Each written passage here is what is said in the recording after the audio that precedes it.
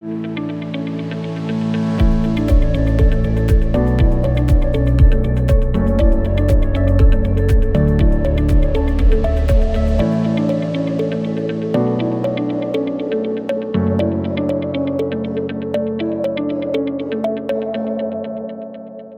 tal? ¿Cómo están? Muy bienvenidos todos quienes siempre nos sintonizan, nos ven a través de estas pantallas, las redes sociales del Hospital Dr. Gustavo Frique, en nuestro programa Hablemos de Salud. En esta oportunidad estamos acompañados de la doctora Vivian Colman.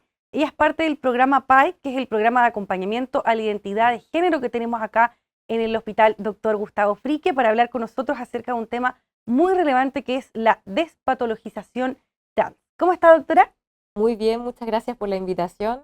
Gracias por aceptarla, porque es un tema muy relevante del que no muchos sabemos mucho. Bueno, esta invitación se genera en primera instancia porque este año el calendario del Ministerio de Salud conmemora este día justamente para visibilizarlo y dar a conocer de qué se trata. En primera instancia vamos a explicar algunos términos. Por trans se entiende a una persona cuya identidad de género no coincide con el sexo que se le asignó al nacer. Y la despatologización son todos aquellos esfuerzos desplegados en favorecer los procesos de avance en temáticas de equidad de género y de equidad en derechos humanos. El proceso y la idea de esto en el fondo es eliminar la patologización de identidades y expresiones no normativas como la transgeneridad, dejando de considerarlas como enfermedades o trastornos mentales. Pero de eso nos va a contar y va a profundizar un poquito más con nosotros la doctora Vivian Colman. Doctora, bueno, en primera instancia, partamos por lo básico. ¿A qué nos referimos cuando hablamos de una persona trans? Bueno, igual lo habías mencionado un poquito, pero finalmente es cuando la identidad de género no coincide con el sexo asignado al nacer.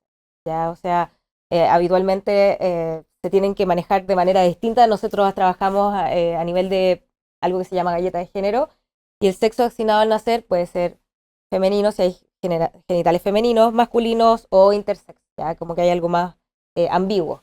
Y la identidad, bueno, ahí hay también un paraguas, porque estamos acostumbrados al binarismo, eh, pero el género, claro, es como yo me identifico, ¿ya? Entonces, cuando no coincide lo que me asignan al nacer, porque claro, uno nace y miran y dicen, ya, estos genitales son de tal forma, y te identifican de la misma manera, pero a medida que uno va creciendo, van cambiando a veces estos sentimientos, este sentir, y se genera esta incongruencia, y eso es ser trans, cuando no coincide. Cuando coincide es ser cis, que es lo que habitualmente también escuchamos, cisgénero. Claro, o sea, yo soy cis, tú eres cis, o básicamente alguien que sí se siente identificado con lo que viene asignado a nacer como género, ¿no? Perfecto. ¿Qué hitos se han ido dando para avanzar en esta materia? Por ejemplo, tenemos varios organismos internacionales, la Organización Mundial de la Salud, la Organización Panamericana de la Salud, que de repente nos van pauteando, nosotros nos vamos formando detrás de ellos para avanzar en estas materias, pero ¿qué adicionalmente ha llegado a nuestro país como política de salud, quizá, que ha ayudado, contribuido a avanzar en la materia de que la gente trans, ¿no es cierto?, se sienta cómoda? Sí, bueno, eso hay algo que es muy reciente, que es la Política Nacional de Personas Trans o Género Diverso en su primera edición, así que eso siento que es un hito súper importante para nuestro país. Pero también, como decías tú, hay distintas organizaciones que se han agrupado a lo largo de los años también como para luchar en contra de la patologización propiamente tal. Por eso, bueno, se celebra también este día. De hecho, nace aproximadamente desde el 2009, empiezan en algunos países europeos algunos movimientos, sobre todo respecto a algunos manuales que existían, el manual de psiquiatría, que es el DSM-5, que en el 2013 fue cambiado como trastorno de identidad de género a disforia de género, otro concepto que también puede ser hasta cierto punto un poco cuestionable, porque no toda identidad o género no conforme genera ese malestar asociado, sino más bien ese malestar viene a veces mucho desde la sociedad o del estigma que existe, de la transfobia. Y por otro lado también el CIE-10 ya en el 2019 cambia a CIE-11 y también saca esto de los trastornos y lo pone como incongruencia de género. Entonces es súper importante porque marca un hito súper relevante, que es finalmente no ver esto como un diagnóstico psiquiátrico, como algo patológico, sino más bien como una forma de expresión válida, ¿ya? Entonces yo creo que todavía queda por seguir puliendo algunos términos, pero siento que se ha avanzado bastante. Bueno, y a raíz de eso también la OMS del 2018 también sacó como de trastorno mental el ser trans. Yo creo que ahí está la importancia del acompañamiento más que de un diagnóstico. Claro. O sea, hoy día lo entendemos como una forma de expresión, no como una condición ni como una enfermedad, ¿verdad? Claro, finalmente siento que como ha sido algo que históricamente se ha vivido como los cisgénero, lo binario, y se ha también, incluso en las culturas, por ejemplo, mapuches, que se ha visto que no existe solo ser hombre o ser mujer, ¿ya? Entonces, tienen ahí algunos nombres que puntualmente no recuerdo, pero es algo que históricamente las personas trans han existido, ya que se les haya callado, que se les haya invisibilizado, es otro tema, pero de que existen y van a seguir existiendo es real. Culturalmente y también en materia de salud, entonces hemos ido avanzando en el transcurso de los años internacional y nacionalmente. O sea, en primera instancia, como decía la doctora, esto se asimilaba como una enfermedad, un diagnóstico psiquiátrico, y finalmente ya la evolución ha logrado entender que son formas de expresión y que pueden ir mutando, porque yo también puedo, y ha pasado, entiendo, en el programa PAIC, entenderme como, por ejemplo, una persona trans y de pronto ya no, o evolucionar y darme cuenta de que no estoy en la misma sintonía con la Consuelo de hace un año, ¿verdad? O sea, sí, o sea, al menos, bueno, yo que trabajo en el programa de acompañamiento a la identidad de género, lo que vamos viendo que también el tema de la identidad, bueno, atendemos a personas de los 3 años hasta los 17 años con 29 días. ¿Ya? O sea, antes de cumplir los 18, ese es el resumen. Y el tema es que vemos que en el proceso de la adolescencia existe este cuestionamiento de la identidad, empieza este sentimiento, empiezo yo a querer decirle a mi familia o a mis cercanos, oye, en realidad me identifico de otra manera como me asignaron, y empieza a generar también este malestar emocional que se ve impactado y lo vemos en los resultados en salud, en lo que vemos en las consultas al diario. A eso queríamos llegar porque ¿cuál es la experiencia, un poco como resumen, de los pacientes que ingresan al programa PAI, que es el programa de acompañamiento a la identidad de género? Porque ellos también se deben ver muy afectados por esta estigmatización y por la discriminación de repente, tanto en salud como en otras materias y aspectos que viven a propósito de ser trans, de considerarse gay, lesbianas o no sentirse, ¿no es cierto?, cómodos con el resto de la sociedad. O sea, ¿no? ser parte de la diversidad. Claro. ¿Ya? O sea, yo creo que sí, cuando ingresan Lo lindo de este programa es que aborda distintas áreas. En este hospital, a diferencia de otros, está la figura médica, no pensando en la patologización, sino más bien en todos los cambios que ocurren a nivel, a lo largo del ciclo vital. Pero es muy bonito que bueno, primero se hace un ingreso, que lo hacemos junto al psicólogo Sebastián Olave, la trabajadora social Francisca Burgo y quien les habla, que es la médica de familia. Entonces hablamos, bueno, también está el doctor Pablo Araya que participa, para que no...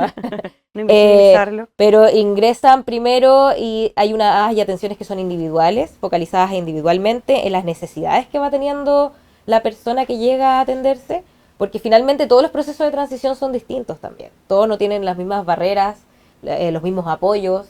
Entonces, cada trabajo es súper individualizado. Por otro lado está el trabajo familiar, que también dentro de ese trabajo familiar, porque también para las familias es un proceso, existe también el apoyo si es que se requiere a nivel escolar. ¿Ya? No todas las instituciones educativas siento que están totalmente capacitadas, y ahí también está el desafío y el ofrecimiento finalmente a también aportar en este tipo de capacitaciones. Y por último lado está si se requieren a veces algunos requerimientos de salud mental o de otro tipo respecto a temas de conducta alimentaria o de actividad física, estilos de vida saludable, está la figura médica finalmente como para este acompañamiento, y si es que se necesita algún tipo de tratamiento para, no sé, pues algo de salud mental, por ejemplo, existe esa posibilidad. Perfecto, pero es un programa bastante integral y que intenta cubrir, digamos, todos los aspectos que de repente quedan al debe como sociedad, porque tú bien dices, ahí los colegios de repente todavía no tienen un manual, un protocolo, con el uso del baño, por ejemplo, algo que es tan básico, y que el alumno trans se sienta cómodo y a sus anchas, como todos nosotros, ¿no es cierto?, en esos espacios. Sí, o sea, igual hay algunas circulares que ya han venido a regular, se supone que sí tienen que tener protocolo, ya, así que para los colegios ahí que están viendo, Ojo. Pero el uso del baño tiene que ser un baño universal, o, bueno, que se tiene que brindar un espacio, o el uso del baño que le identifique también a la persona. El tema del uniforme también, en caso de también que se identifique la persona. Y también, bueno, el respeto sobre todo el nombre social, ya mientras no ha sido cambiado de una manera legal, los protocolos deberían exigir el respeto al nombre social. Perfecto. ¿Cuáles son las principales barreras legales y sociales que enfrentan las personas trans debido a la patologización? Porque estamos tratando de hacer este cambio, ¿no es cierto?, de paradigma y convertirlo en una despatologización, pero hay quienes todavía no lo entienden así. Sí, yo creo que, bueno, sería utópico decir que no existen barreras, ya, pero yo creo que las principales barreras actualmente, y son las que han sido históricamente, son las sociales, ya.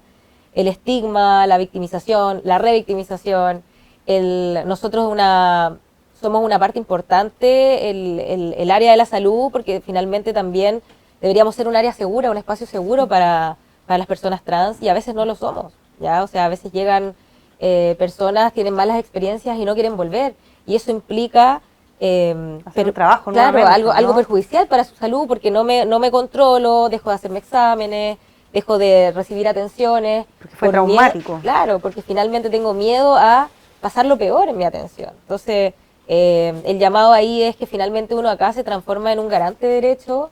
Esto no es como tengo que correrlo un poco lo que yo creo, lo que yo siento, lo que yo pienso, sino que también acá soy un garante de derecho y quiero lo mejor para él, la o le paciente, ¿ya? Entonces, creo que ese es como el principal llamado y al trabajo intersectorial, ¿ya? O sea, una cosa es salud y otra cosa también son los colegios, el trabajo en la familia, el trabajo, bueno, también con la atención primaria, que también es salud, pero tener esta coordinación también, que es un desafío.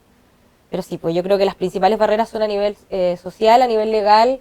Creo que ya hemos avanzado harto con el tema del cambio de nombre, que se puede hacer los 14, obviamente con un tema de acompañamiento del tribunal, pero ya desde los 18 sí se puede hacer. Y bueno, también el acceso a los distintos procedimientos o terapias, que también han habido algunas circulares o sectores políticos que han frenado un poco esto. Y obviamente los profesionales que se dedican a hormonizar o a hacer este tipo de terapia tienen un poco de susto. Y yo entiendo que es entendible cuando no existe también como un apoyo a nivel político.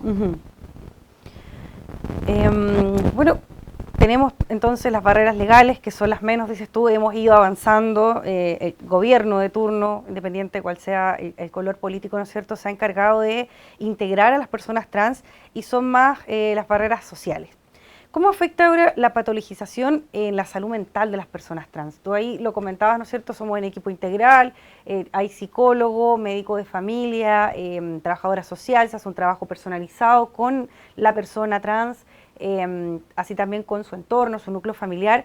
Sin embargo, también hay de repente algunas deudas, ¿no es cierto?, con el daño que tuvo que enfrentar o la victimización previa que tuvo que enfrentar hasta, no sé, por ejemplo, los 13, 14 años que ustedes toman recién a ese paciente. Totalmente. Llega un poco dañado, ¿no?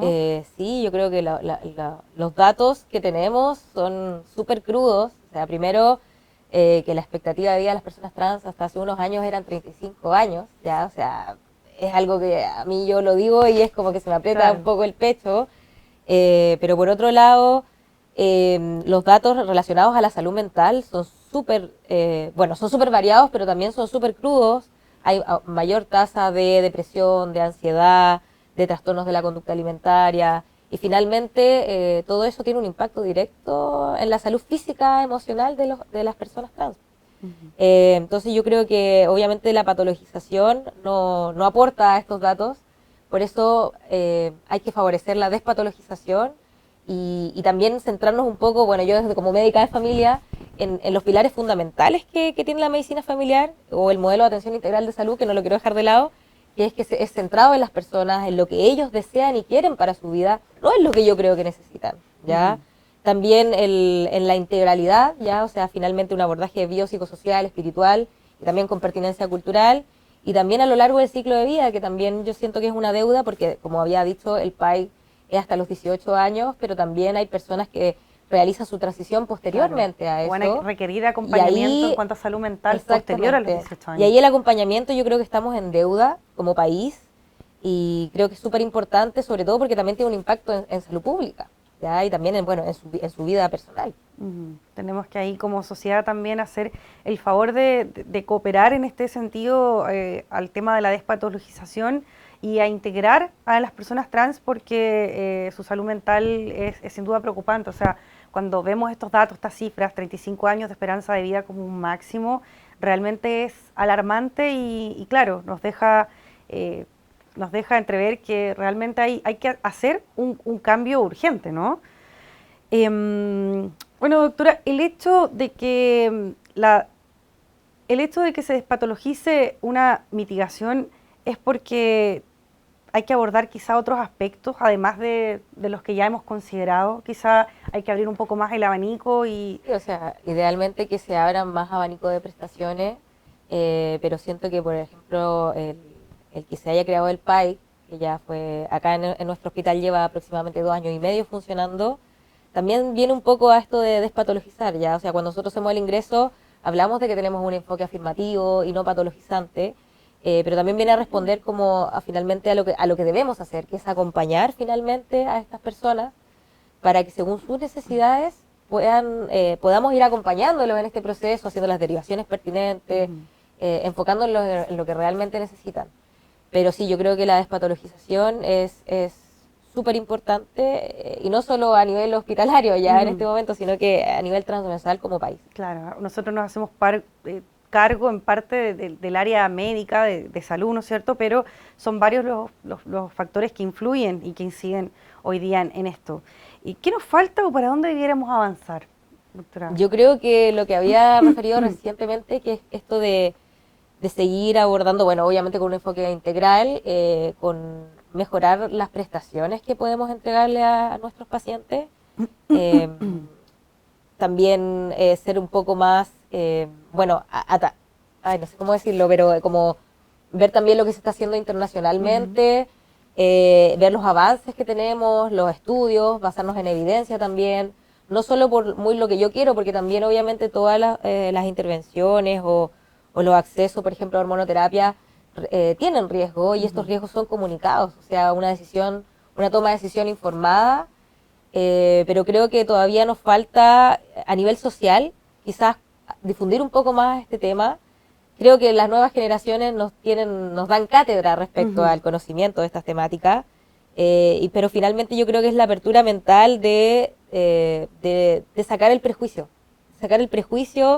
porque todos crecimos en una sociedad que era heterosis-normada, ya muy desde lo binario, y creo que el cambiar un poco el concepto nos ayuda como a abrir un poco el corazón y también tratar con mayor cariño y empatía. Sí, ¿ya? Son conversaciones que hay que tener en el fondo, son diálogos que ojalá se dieran de manera más espontánea entre nosotros, digamos como ciudadanos comunes, para poder integrarlos y desmitificar, dejar de estigmatizar y de discriminar. Sí, hay una frase que creo que a mí me marca mucho, que no es necesario ser de la diversidad para apoyar a la diversidad, ¿ya? Porque a veces también, no sé, yo creo que siempre se ven que de los movimientos parten desde la propia diversidad, pero también porque no podemos apoyar y hacerles, aportar con un granito de arena con todas las necesidades que tienen desde el conocimiento. Y a propósito de eso, quería ya, para ir finalizando, consultarle acerca de qué papel juega el cissexismo en todo esto. ¿Somos lo suficientemente colaboradores y empáticos o todavía hay una caroza ahí que hay que romper en varios círculos sociales, con generaciones de repente mayores que todavía no comprenden estas diversidades? Sí, yo creo que por eso es súper importante. Todavía siento que obviamente existe y yo creo que hay que aportar en la desmitificación de que finalmente, como te decía al principio, las personas trans han existido siempre y van a seguir existiendo, y que también pues, hay sociedades que han sido ocultadas. O sea, por ejemplo, es raro decir, por ejemplo, a nivel de los aspectos militares y cosas así, que se hable un poco de esta temática, o finalmente también como uno fue creciendo, pues, familias que eran muy desde lo religioso o desde otras creencias, hablar de que no es temas. compatible. Era como un tema bien tabú, ¿no? Pero finalmente yo creo que ahí va todo el avance a ir tratando de entender la vivencia trans. Perfecto. Doctora, muchas gracias por habernos acompañado en esta oportunidad hablando acerca de la despatologización trans. Creo que resolvimos bastantes dudas, espero que también para el público y quienes nos ven haya sido clarificante. La dejo ahí con su cámara a ver si tiene algún mensaje en específico o si también puede reiterar acerca de qué se trata el programa de acompañamiento a la identidad de género. Hay muchos quienes todavía no están al tanto de esto y no conocen este soporte que está habilitado y disponible ya, como lo dijo la doctora, hace 2 años y medio en el Hospital Dr. Gustavo Fricay. Sí, bueno, el programa de acompañamiento, como decíamos, es algo que es un programa a nivel ministerial que ya se está desarrollando en nuestro hospital. La forma de ingreso es desde atención primaria o, bueno, a veces del Tribunal de Justicia o a veces desde el mismo hospital. Si se genera una necesidad y si están entre los 3 y los 18 años, ojalá por la lista de espera sea un poquito antes, ya al menos hasta los 15 años, que exista una derivación y obviamente vamos a recibirles con el mayor cariño en un ambiente que esperamos sea seguro para ustedes. Y bueno, yo mandarle saludos obviamente a todos mis pacientes que obviamente me han hecho sensibilizarme respecto a esto y motivarme a seguir trabajando también en la misma lucha. Muchas gracias, doctora Vivian Colman, parte del programa PAI de acompañamiento a la identidad de género de nuestro establecimiento de salud. Muchas gracias también a ustedes por habernos acompañado en esta jornada. Nos vemos en una próxima oportunidad acá a través de las redes sociales del Hospital Dr. Gustavo Fricay.